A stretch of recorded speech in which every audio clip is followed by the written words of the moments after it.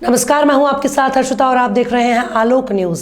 6 दिन पहले कांकेर थाना अंतर्गत बुंदेली गांव में हुए अंधे कत्ल की गुत्थी कांकेर पुलिस ने सुलझा ली है। उधार की रकम वापस मांगने को लेकर उपजे विवाद में डंडे से पीटकर उसके पूर्व परिचित साथी ने ही व्यक्ति को मौत के घाट उतार दिया।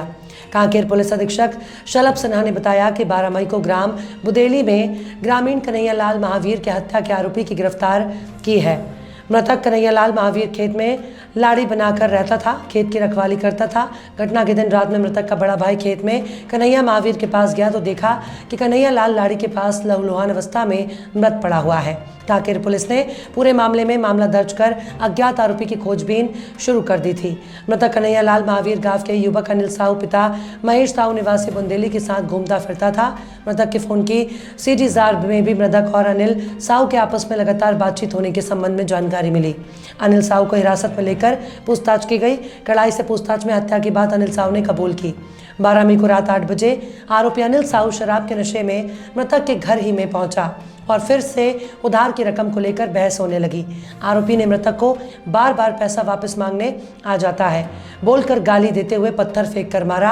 आरोपी किसी प्रकार पत्थर से अपना बचाव किया और गुस्से में जाकर पास ही पड़े लोहे की रॉड से मृतक के सिर में मार दिया।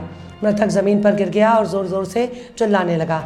मृतक के द्वारा जोर से चिल्लाने पर पकड़े जाने के भय से मृतक पास पड़े लकड़ी के पत्ते मारकर हत्या कर दी। दिनांक 12 मई 2023 को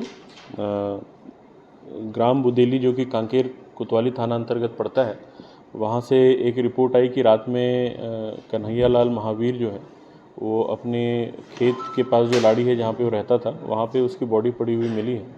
और उसके बड़े भाई ने जब वहाँ पहुँच करके देखा तो अंधेरे में जब पहुँचा तो पता चला कि जो मृतक है उसकी बॉडी वहाँ पड़ी हुई है। उसने तत्काल थाने पे सूचना दी। सूचना मिलने पर थाने से कोतवाली की टीम मौके पे पहुंची। मौके पे पहुंच के बॉडी का पंचनामा वगैरह करके जो वैधानिक कार्रवाई है वो की गई थी।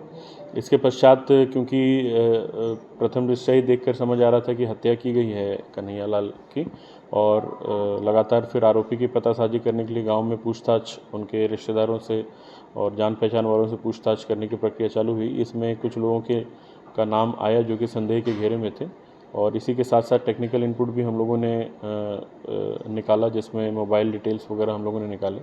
तो गांव के एक अनिल साहू के संबंध में पता चला कि काफ़ी ज़्यादा उसके साथ उठना बैठना और बातचीत भी फ़ोन पे काफ़ी ज़्यादा होती थी। तो अनिल साहू को भी घेराबंदी करके जब पकड़ा गया और जब उससे पूछताछ की गई तो शुरुआत में उसने इधर उधर की कहानियाँ बताई और उसने पुलिस को बहकाने की कोशिश की। लेकिन फिर जब थोड़ा और ज़्यादा क्रॉस क्वेश्चन किया गया, उससे थोड़ा सा कड़ाई से पूछताछ की गई, तो फिर उसने कन्हैया लाल की हत्या करना स्वीकार किया है। उसका ये कहना है कि दोनों के बीच लेन देन का मामला था। कुछ 5,000 रुपये इसने मृतक ने इससे लिए हुए थे और उसके बाद 2,000 रुपये और मांग रहा था, और ये बार बार जब उससे पैसा वापस मांगता था तो वो पैसा वापस नहीं करता था। इसी को लेकर के घटना के दिन भी दोनों नशे में थे। तो मृतक के घर के पास जब आरोपी पहुंचा था तो पैसे के लेन देन को लेकर विवाद हुआ था आपस में, और शुरुआत में ही जब इसने डंडा उठा करके मृतक को एक डंडे से मारा तो मृतक जो उससे चिल्लाने लगा, और डर के मारे जो आरोपी है अनिल साहू उसने फिर वहाँ पे डंडे से पीट कर उसकी हत्या कर दी और वहाँ से फ़रार हो गया।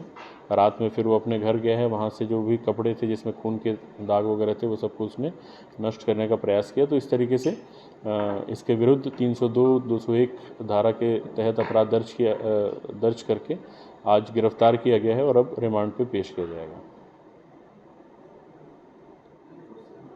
सर, ग्लास वगैरह भी मिला था, सर आप वगैरह पी थे रात में?